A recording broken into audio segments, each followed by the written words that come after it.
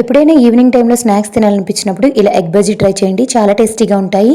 Eggs ని boil చేసుకున్న తర్వాత చన్నీళ్ళలో వేసి తొక్క తీస్తే చాలా సులువుగా వచ్చేస్తాయి. బజ్జీ పిండి కోసం 2 కప్పుల శనగపిండి, 5 టేబుల్ స్పూన్ల బియ్య పిండి, 1 టేబుల్ స్పూన్ కారం, తగినంత సాల్ట్, చిటికెడు వంట సోడా, 1/2 టేబుల్ స్పూన్ పసుపు వేసుకుని వీటిని బాగా కలిపిన తర్వాత కొంచెం నీళ్లు పోసుకుంటూ పిండిని మరీ గట్టిగా కాకుండా మరీ పల్చగా కాకుండా చూపించిన విధంగా ఈ విధంగా కలిపితే సరిపోతుంది. గుడ్డు పలంగా అంటే పూర్తిగా వేసుకుంటే గుడ్డుతో నాట్లు పెట్టుకోవడం అయితే మర్చిపోవద్దు. పేలే అవకాశం అయితే ఉంటుంది.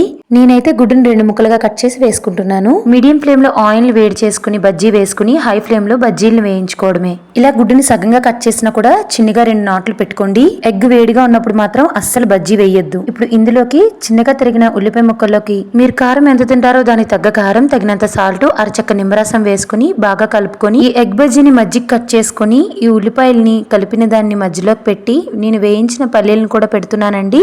అంతే, చాలా టేస్టీగా ఉంటుందండి.